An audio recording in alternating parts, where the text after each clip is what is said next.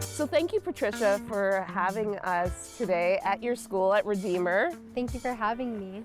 So I want to talk to you about this transition and this challenging time that you went through. You got bursaries and awards, went to your dream school, Queen's University, got accepted into their nursing program. Yeah. But something happened a couple of years ago. What happened that transitioned and changed that? Queen's University was my dream school. I was very eager to go there. It was actually in grade 12 that I decided that, you know what, I think I want to do nursing. I was just recognizing all of my skill sets and everything, and I was like, I think this is for me. So I was very eager to do that, and it's a very competitive school. I'm a very competitive person, and in my first year, actually, everything was smooth, everything went really well. It's just that I challenge myself a lot, and I'm a huge perfectionist, so it got kind of tough because little by little and gradually I felt I was burning myself out, but I didn't really know how to deal with that. Yeah. That transitioned and that kind of seeped through into my second year. So right now I'm in third year. And what did that look like? What do you mean it seeps through? Yeah, so just a lot of things that were piling up in first year, whether it be the added stress and the responsibility and the pressures of being in a nursing program. It's a very, very difficult program, and I feel like they didn't really equip us well enough to have that kind of support for mental health. And mental health is such an important thing, and it just started going downhill for me. And had you ever had like mental health challenges before? I have, but I've never really recognized them, and they've never really taken a toll on me in this way before. So in that second year, it was just a lot of pressure on me, and I didn't really know how to deal with it. I didn't know who to go to, who to talk to about it. I thought it was normal. I thought it was just the pressure of being at university, of being in the school, but something deep inside of me told me that I don't think this is the way that it should be. What were some of the symptoms that you were experiencing? So with anxiety and depression are very different things, and I think I had a combination of both.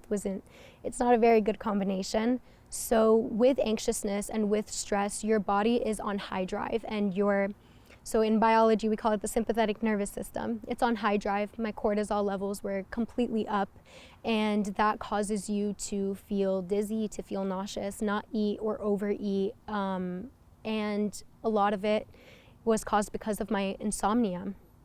And I had chronic insomnia for several months, so I wasn't sleeping at all. So this kind of added onto the stress, added onto the anxiety. I became even more depressed, and I was kind of in this cocoon and this little bubble that I didn't know how to get out of. Yeah. And it was just a continual cycle. So did you reach out for help? Yeah, so it was actually not until way after that I realized that maybe this isn't the place that I need to be at. And I finally stepped back away from it, which it was a very hard thing to do, and I didn't want to do it. I was very resistant. It wasn't until then I reached out to a spiritual counselor, actually a Christian counselor, even though I was resistant of doing that too. Why? I'm a very independent person, Yep. and I think this whole entire experience, it just humbled me a lot. Like, no, you can't do it on your own. Sometimes you need some help. And it allowed me to kind of step back and be like, okay, I need to accept my limitations, and I need to see that, I need to see somebody. That was kind of the last straw. How did COVID also impact maybe this? Did it add to the stress and anxiety? So when I finally decided to leave, I didn't know that I wasn't going to come back. I thought I was maybe going to come back and maybe choose a different route.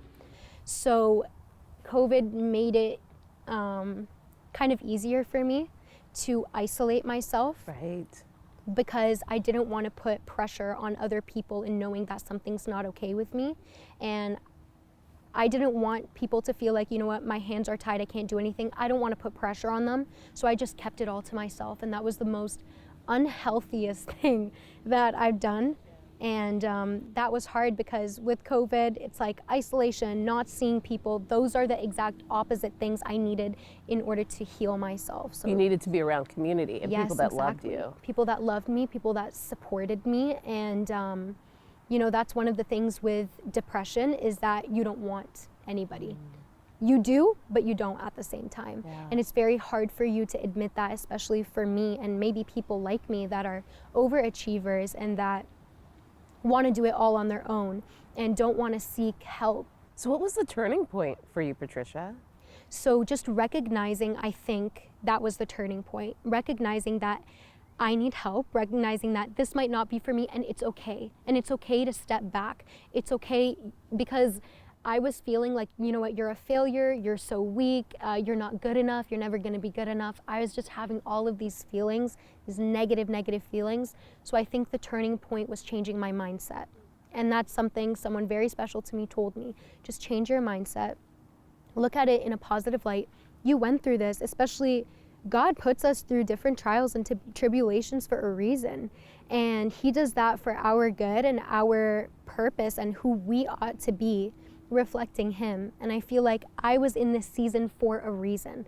And it was a good experience. And I went through everything for a reason. God molded me, God shaped me, and God disciplined me at the same time. Because being this overachiever, I kind of needed to take a step back, humble myself before the Lord and be like, God, I need your help. And I think that point of surrender, that was the turning point for me.